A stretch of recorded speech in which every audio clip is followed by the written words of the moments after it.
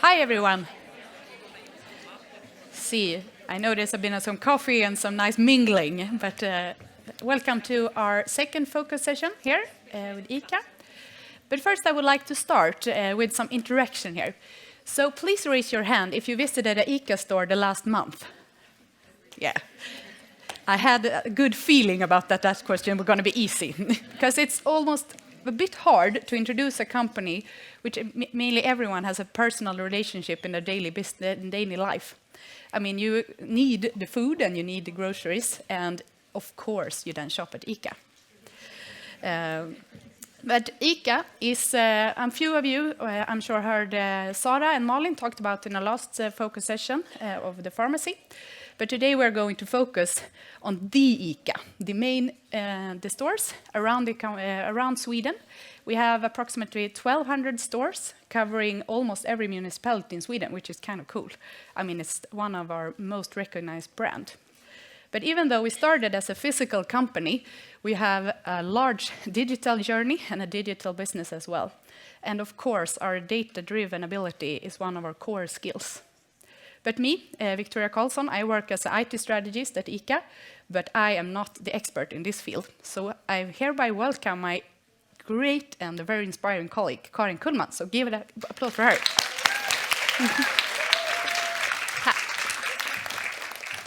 Thank you. Hello. I'm a little bit nervous. Are you? No, you're okay? Are you having a good day? Yes. Nice. So the title of this talk is, what should we do with all this data anyway? So this is one question you could be asking. Another question is, what information is important to us? So both of these questions are about the same thing, but they are from slightly different perspectives. Main thing, I think, is that you are asking questions. And that is going to be the main topic of this talk. It's try to get you to ask more questions. Just asking questions, that's quite a broad topic, so I'll try to narrow it down a bit. I'm going to focus the talk on how to ask questions about data, more specifically words and definitions, and we're also going to dive into a bit to what a data warehouse is. At the end of this talk, I hope you know both how to challenge a word and why it's important to do so, to learn the definition and the meaning behind the word. So this is the agenda. As I said, there will be a lot of questions. First, who am I? A little bit about me. I work as a data architect at ICA. More about that to come.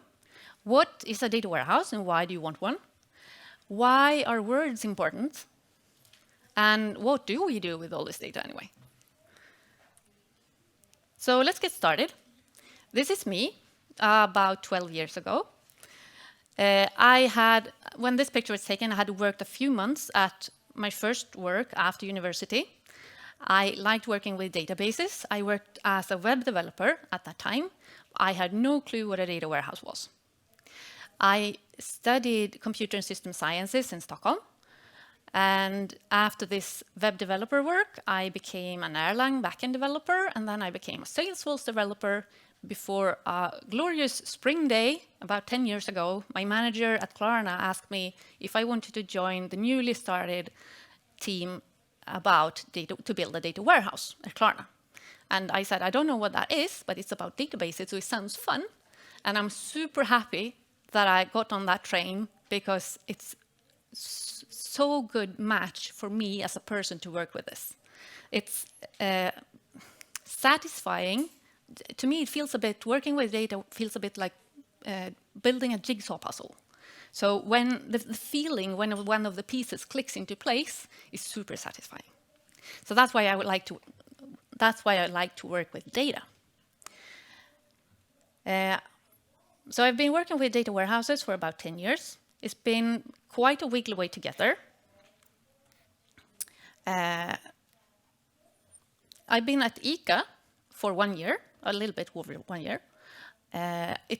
For me, it's fun and rewarding to work at a large company like ICA because you never get bored. There's always something new to see, new people to talk to, and some other corner of the business to dive into and try to figure out what do they do, what's important to them, what data is important to them. Right now, we have started a journey to build a new data platform in Google Cloud. So we're migrating the old data warehouses, data platforms to cloud. We have multiple teams that are building this, and we're taking this opportunity to challenge old assumptions. Instead of just doing a lift and shift, we're thinking about, like, do we have the right definitions? Are we analyzing the right data? What words are we using? Can we do this better than the old data warehouses that has been around for a long time and might be more suited to ICA of the past? How can we build a data warehouse that fits ICA in the future?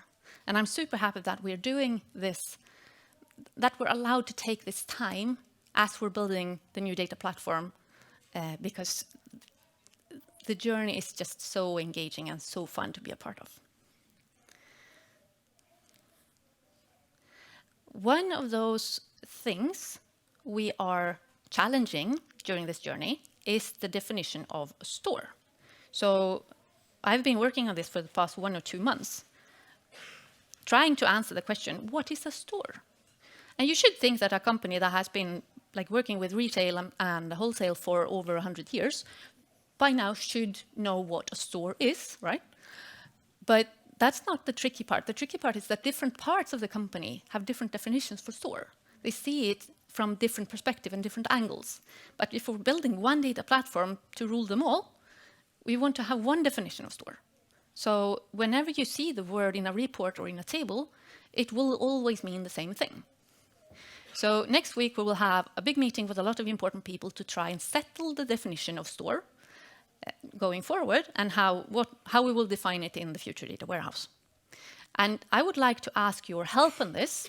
So I have prepared 5 suggestions for definitions. And if you join Menti, I was thinking that you can vote what you think the definition of a store should be. And if you agree with me, I will tell the people I'm meeting next week that I actually have about 300 people agreeing with me. If you agree with me, that is. But we'll see that at the end of the talk. So we'll go to the result of the Menti. I hope the technology gods are with us, and we'll see what the result is. So I'm super excited about this. I will present the options, if you want, so you know a little bit more about them. The first option is the follow-up is the important part. If the owner wants to do separate follow-ups, it's considered separate stores. And by follow-up, we mean like data, numbers, and reports. So if you want to see number of customers or number of sales or how much you're selling for or revenue, things like that. If you want to see that as one clump, then it's one store. And if you want to follow up separately, then it should be considered 2 stores. Second option, the owner is the important part. If it gets a new owner, it's considered a new store. Third one, the location is the important part. If the store moves, it's a new store. Fourth one, the name is the important part. If it gets a new name, it's considered a new store. And fifth one, the philosophical aspect of the store is the important part. All places where a consumer can interact with the store are considered part of the same store. And places, I'm thinking here about sales channels, like if you're thinking the online channel, or if you have like a cafe or pre-store where you can go and shop in the store, you're not in the main store, but it's one of the sales channels. Should they be considered separate store if you have a cafe or a restaurant? Or should they be part of the same store? We also have a new concept I will talk a little bit more about later, which is satellites, where you can have a container either on the parking lot or a few hundred meters away, which is unmanned. So you can go into this container, a satellite, when the normal store isn't open, and you can do like midnight shopping there. But is that a separate store or is it the same store? So you can think a little bit about this. We'll get back to it in the end of the talk. Meanwhile, you're stewing. I'll show a picture. This is a picture from Brunna. It's our new e-commerce warehouse, which is highly automated and is super cool. So I just wanted to show the picture. It's the first highly automated warehouse for foodstuffs in Sweden, which is also super cool. And it doesn't really have anything to do with the talk other than it's a warehouse. And now I'm going to talk about data warehouse. Okay, so way back in the days, before most companies had data warehouses, you could have a department in a company that wanted to have numbers for some reason. Maybe they wanted to follow up the sales or the profitability or number of customers or how the logistics went or whatever numbers they wanted to be able to see this. You had multiple different applications or source systems, maybe one that handled the transactions, the sales, one being the master data for the store, one being the master data for the consumer. You can have multiple different source systems. In each of them, you can go into and find information about only that. But most of the times when you're doing analysis and reports, you want to combine this information. And you can't do that in every single source system. So you need a place where you can get all this information together to create your report and your numbers. So this kind of forward department thought that, hey, we will create a database or a business intelligence application, and we will import the data from these source systems. Because that's also better than single analysts sitting in every single live application asking heavy analytical questions, which would risk bringing that source system down if you ask really heavy questions. So, but we bring that to a separate system, so we don't risk the actual live systems. So we have a database where we combine all this data, and we can create reports, and people are happy. So they share this, and they tell the rest of the company, and they say, oh, you're getting numbers. Wow, we want that too. So all the different departments in the company created their own database or a front-end business intelligence application. All of them imported this data from the different source systems, maybe slightly different source systems. Some were common, but some were specific depending on what department you worked at. The problem is that now each source system has a lot of other systems importing from it, so that creates load. But a bigger problem is that each of these databases or business intelligence applications have to repeat and duplicate a lot of things. So any business rules or business logic that you do has to be repeated in each place. And each of them could choose different names, different terminology, and different definitions for things that should be the same across the company. Say you have a business rule that says, we make one up. A gold star customer is someone who has made at least 3 purchases the last 6 months, or at least 1 purchase the last month over 1,000 crowns. So now all of these places have to implement that rule. If the rule is changed, how can you be sure that all of them implement the change in the right way? And suddenly, numbers start to diverge. You see that in one system that you have this amount of gold star customers, but another system say you have this amount. Who's correct? Maybe none of them are. Solution to this is to create a data warehouse, a centralized data warehouse. So all the source systems would now integrate to the data warehouse, and you would import the data there. And you would push all the logic, the business logic and rules and definitions and all of that, you would push back from the business intelligence applications and databases back to the data warehouse. So now you have one place where you define what is a gold star customer.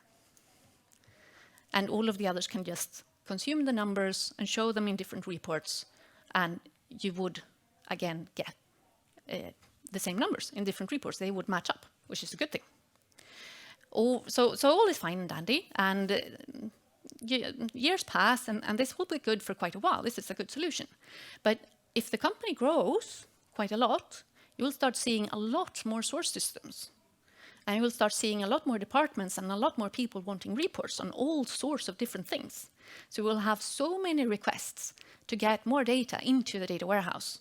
And you have so high volumes of data that people want to do analysis of. You need to bring both all of the definitions and think about, oh, okay, what's the business rule for this one? Oh, you want that. Okay, what's the definition? Or do this and have high volumes, and eventually maybe the data warehouse won't be able to cope.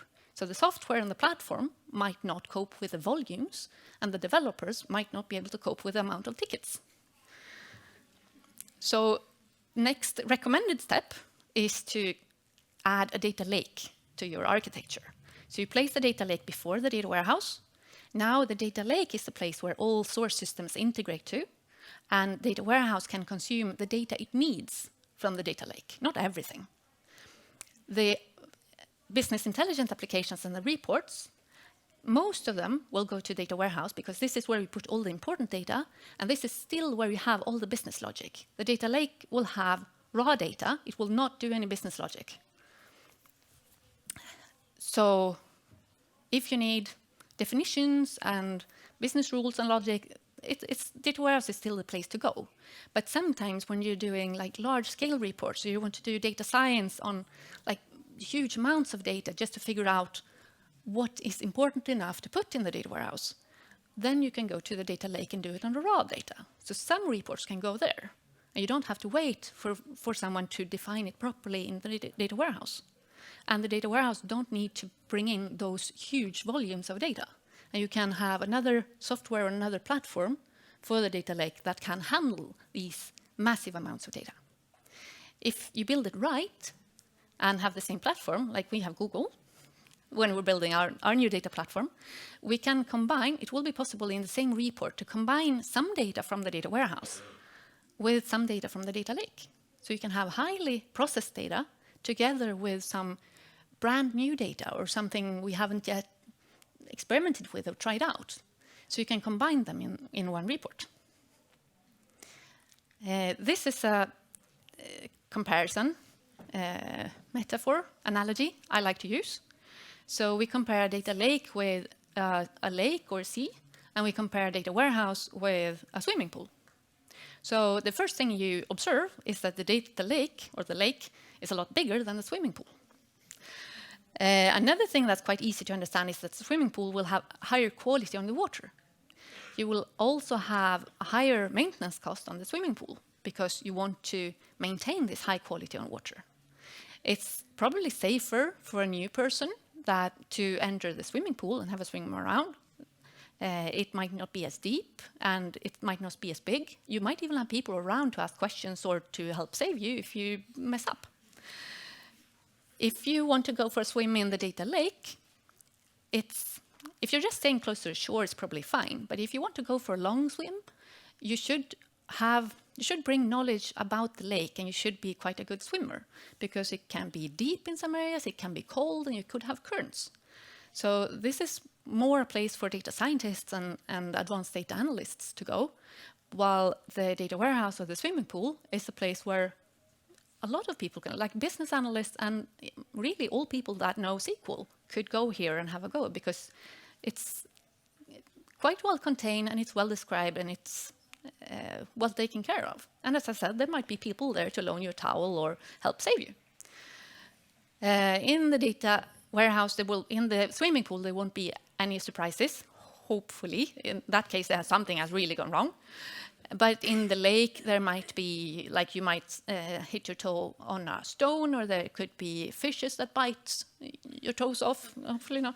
Or there could be a rusty bike or something. So you should be prepared. You'll probably be fine. But it can be a bit more challenging than taking and swimming in a swimming pool. If you ever set out to build a swimming pool as big as the lake, it will probably be very costly to maintain the same high water quality. So a data warehouse and a data lake have clear, distinct roles, and you should not try to force one of them to take on both roles, because they are good at different things. I come back to the title of the talk. What should we do with all this data anyway? This sounds like you're standing on the beach to the lake, looking into it and thinking about what should you ask all your clever data scientists to do with this? What should they go out and look for? If you're asking the other question, what information is important to us? It sounds more like you are planning to build or expand on a data warehouse, and you want to know what information is the most important to the company that we should bring into the data warehouse.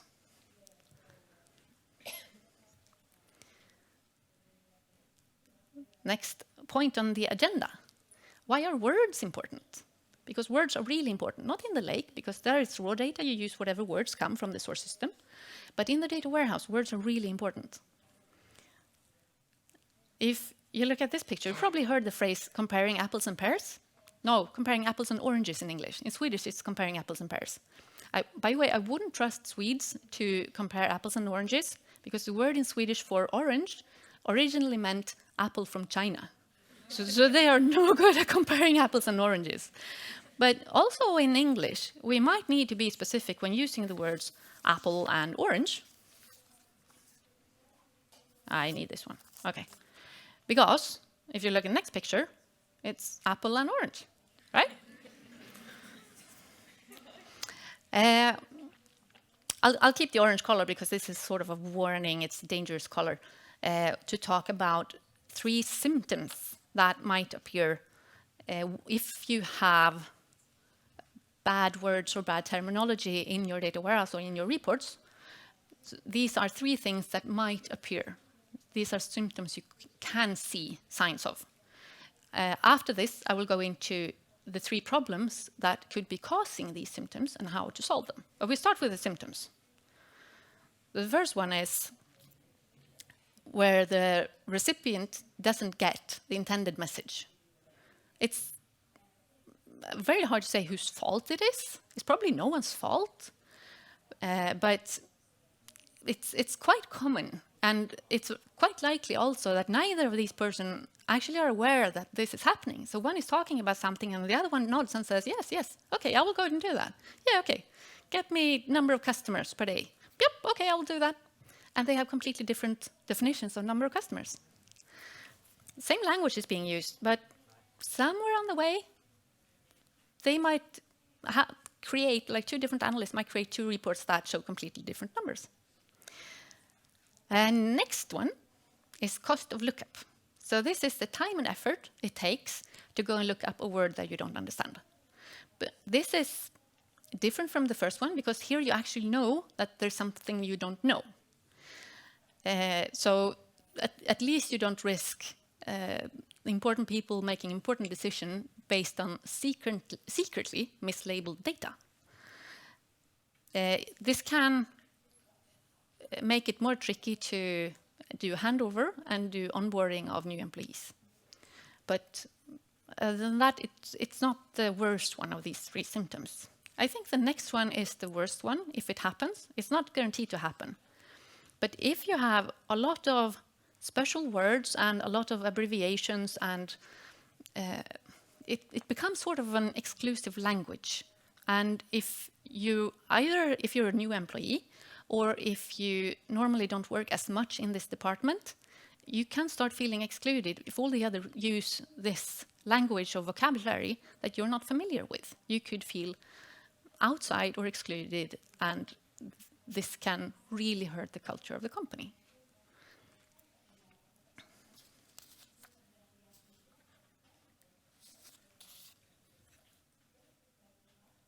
So what could be causing this? 3 things: semantic overload, poor synonyms, I will explain that later, and abrurs. First one. I lost my place. Hang on. No, it's okay. I will clean up after, I promise. Semantic overload. So definition of this one, if you look at Wiki, I actually don't have any references. I just write blue numbers because it makes you feel more knowledgeable and more competent. In linguistics, semantic overload occurs when a word or phrase has more than one meaning. 2 examples from ICA that I have encountered recently in the work with this new data platform is the word customer and sale amount. So customer, I don't know if you can guess why this can have more than one meaning. Hands up if you have a clue of what you think I'm referring to. Why can it have 2 meanings, the word customer? It's not too many, it's a few. Good. We'll see. You can compare it to this explanation and see if you had the same one. So either if you look at ICA as the wholesale company, the store will be the customer to the wholesale company. But we also do a lot of analysis and reports for the stores to follow up on their customers, which is the people that enter the store and buy groceries. So if you see in a table it says customer ID, how should you know which one it is? So we decided in the new data warehouse that we will call the person that's shopping in the store, we will call that one consumer. And we will call the store, we will call the customer. Because the store is a customer to ICA Sweden, but the consumer is the consumer of the goods. So here we chose to have let the store keep the word customer, but name the people consumer instead. The other example is sale amount. So I was asked when we were building the sale table, which is very central and it's base of a lot of reports. So, okay, we need to have sale amount. Okay, yeah, sounds good. Of course, we should have sale amount in the sales table. But what do you mean by sale amount? And I think I came across like 4 or 5 different definitions of what they included in the word sale amount. So should it include a commission, like if the stores sell local transport tickets or lottery tickets or stamps, that they do that on commission for someone else, but it's not part of the store's sale, if you say that.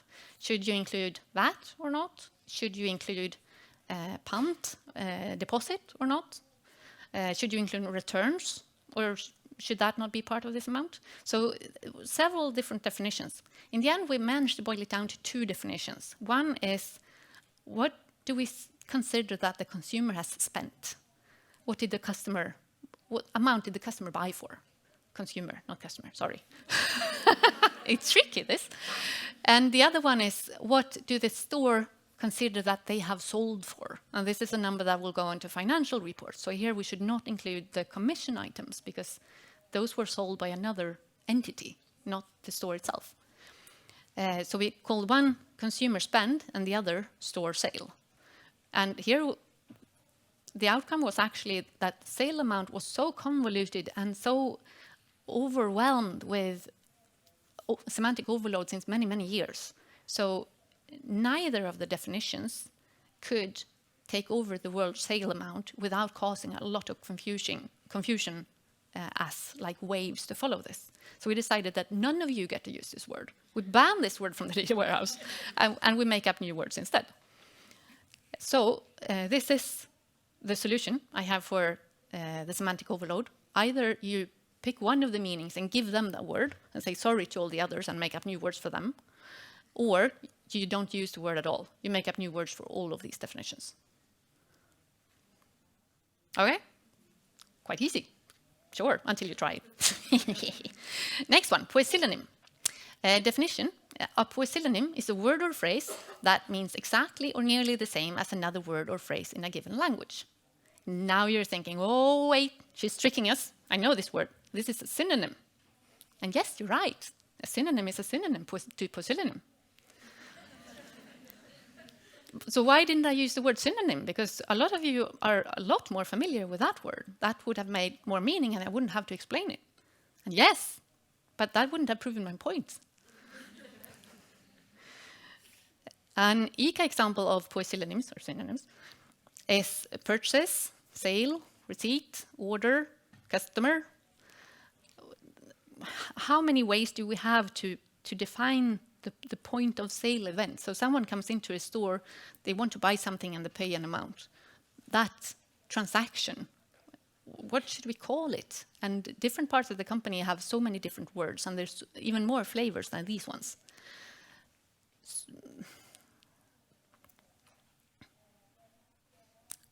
One table we decided to call sale receipt, because there are other types of the receipt. Just calling it a receipt doesn't do, because you can have like bank transaction receipts, but we wanted to capture only the sale events.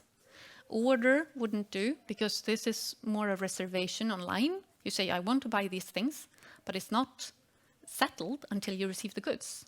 That's when you have the sale event. So the order can happen days in advance, but this actual sale doesn't happen until you receive the goods.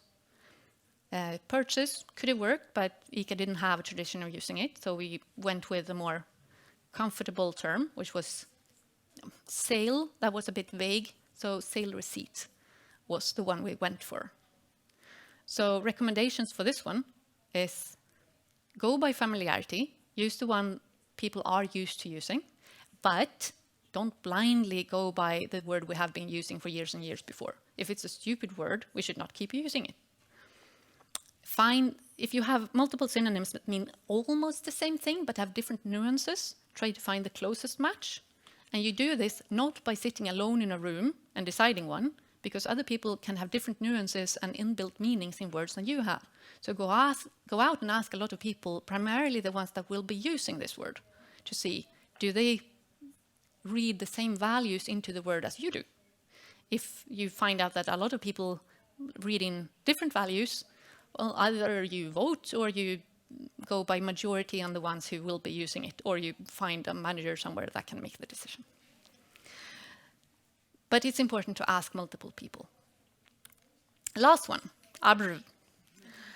An abbreviation, ABRV, or ABREV, is a shortened form of a word or phrase by any method. We can shorten the word number to either no, ner, or num, and this creates a lot of synonyms. And here, again, with synonyms, choose one. Don't use them all in different parts of the warehouse. We can shorten both minute and minimum to the abbreviation mean, which creates a semantic overload. Semantic overload is actually quite common in abbreviations, because the shorter the word gets, the more other things can be shortened to the same thing. So my recommendation here is stop using abbreviations and embrace long names. It helps because it stops people having to go and look things up. Like even very common abbreviations like DM, direct message, or FAQ, frequently asked questions, very common abbreviations like those are on the Google list of 100 most Google abbreviations. So you may think that everyone knows what this means, but does it hurt you to write the full name? Most applications have IntelliSense and autocomplete, so when you start typing a word, it will autocomplete it for you anyway. But it's up to you. Okay, so that's the problems, symptoms, and the solutions. I want us to try and practice a bit on challenge words. This has to do with what I wanted you to do, ask more questions, right? So these are some official numbers about ICA. We can practice on them. It's never bad, usually not never bad, to ask, just to clarify, what do you mean by blah, blah, blah, right? So if someone says we have about 1 million unique users on ICA.se, okay, what does that mean? Over what time period? I think this was a month. A unique user, how do we know? Do they all log in? Do they all identify in some way? Probably in this case, I would guess we have cookies on the ones that allow them. And I think it was a month that we were talking about. I've also heard that ICA has 250 applications. I don't remember if this was ICA Group or ICA Sweden, but I think it was ICA Sweden. But how do you define an application? You all work related to tech. Do you know any obvious and clear way to define where one application ends and the next one begins? Like, do we use the name? Do we use the owner? Like, if they are in the same Git repo? Like, how? How could we even get up with this number? I hope the system architects have a good method for doing this, and I trust their number. It's not that. I just want us to practice a bit on challenging words. Another one. We have over 7,000 coworkers, and about 1,000 of those are actually work in IT. ICA is a quite IT-heavy company. But when we say coworker, do we mean consultants? Do we include people who are on long-term leave? Is it only the people at the offices and headquarters? Or is it the warehouses too? Is it the stores? Like all the employees in the stores, are they included? I really don't think it's the store people, because then we would have a much higher number. But I think these are the offices and the warehouses. And if we're talking about the warehouses, it's likely that we're including consultants. And it's very likely that we include long-term leave people, because that's a common thing to do. Last one, stores. Didn't we talk about this just like a few minutes ago? I'm really curious to see what you came up with. And I'm really terrified, because I don't know if this is going to work. I hope so. I don't have internet. Oh no. Can we fix internet so we can see the result on the slides? I will keep talking about something else.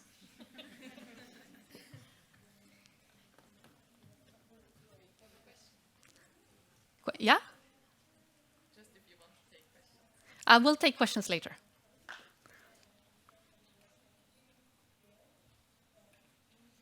I'll try to share internet or something. Wait, I don't have it. That was sloppy, right? We can continue. We will get back to this, I promise. I'm super excited. This is so frustrating. Okay, technology gods weren't with us. I forgot to check internet. I can keep talking meanwhile. No, I can't change slides. There we go. What do we do with all this data anyway? So we at ICA use data from a lot of different perspectives, like like levels of granularity. So some reports or analysis are from ICA Sweden, like the wholesale company perspective. So we look at like a really umbrella level. A lot of reports are made on store. So at the central office, we create a lot of reports that are free for the stores to use. So all around, it was 1,200 stores, I think it's said on the last slide, no matter definition, can use these reports to follow up on their sales or their customers, or what items are best for them to use, or how to get like more customers or get high revenue or whatever. But then we also have some analysis that are about customers, for customers. So I will give a few examples of each. I will go through them quite quickly because this is not my expert area. I usually build the data warehouse and talk with the analysts. I don't actually do the analysis, but I'll try to make them justice anyway. If something seems weird, it's not their fault, it's mine. So this is a map over our stores, over a random part of Sweden. I happen to zoom in almost where I live, or where I come from. I live in Stockholm. But one product that we have, or one report, is a store optimization network. So this is a machine learning model that can give recommendations for where to build the next store based on population density and demographics, among other factors. So this is quite new when you look at the really big picture about all the stores. This is another one that's used both by the central organization and by the stores. It makes it possible to follow up on the experiments we do, in this case, the experiment of unmanned stores. So this quite dramatic picture was taken by my mom when the ICA store in the village I come from, in Järvsö, about 3 hours north of here, burnt down overnight. So ICA then came up with, they already had an experiment going in 2 other stores to have the stores opening up for people with an app overnight. When there were no people in the store, you could go into the store and shop anyway.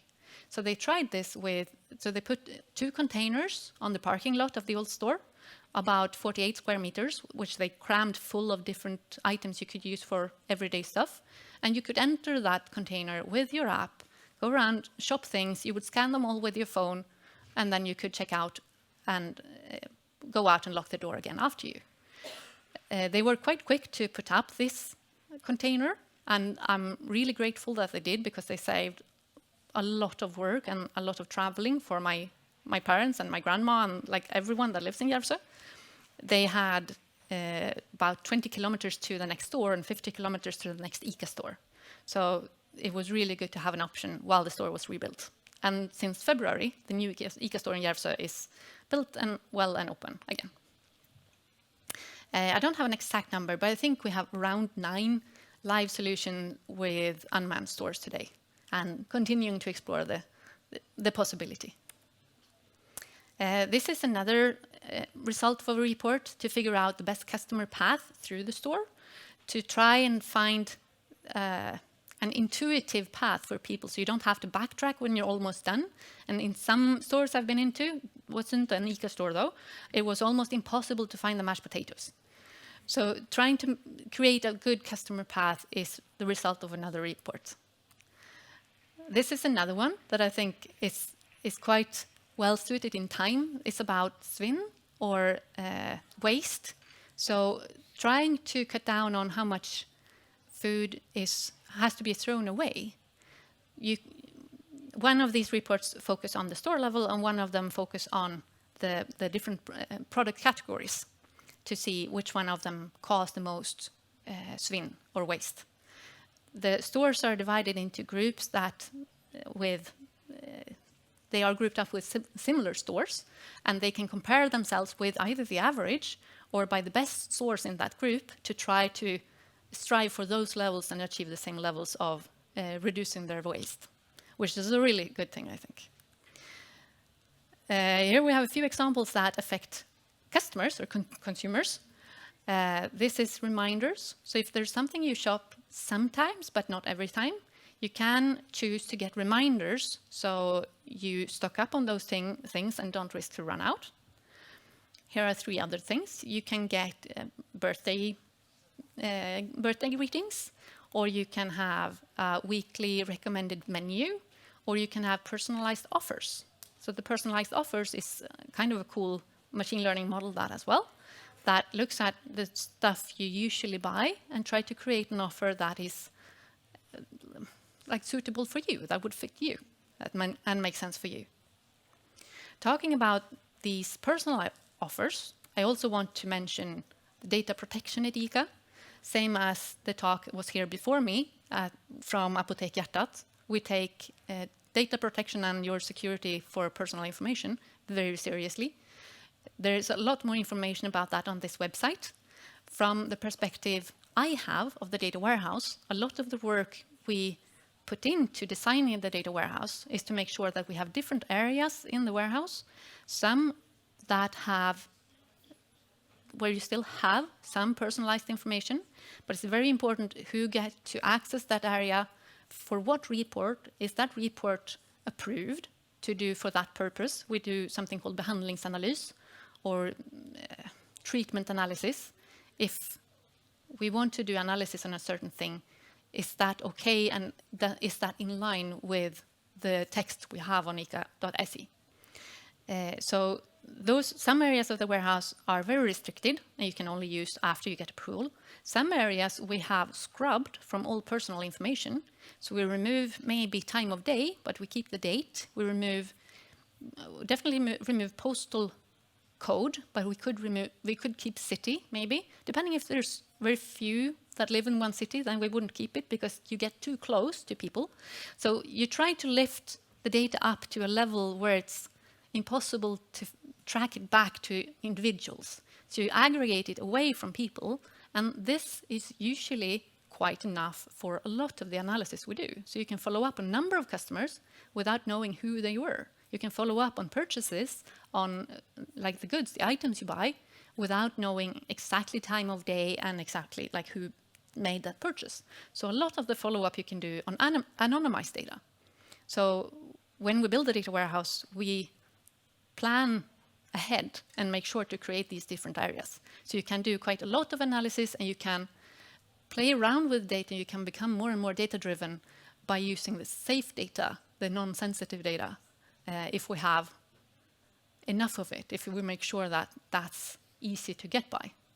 And the sensitive data we only use in cases where it's deemed needed.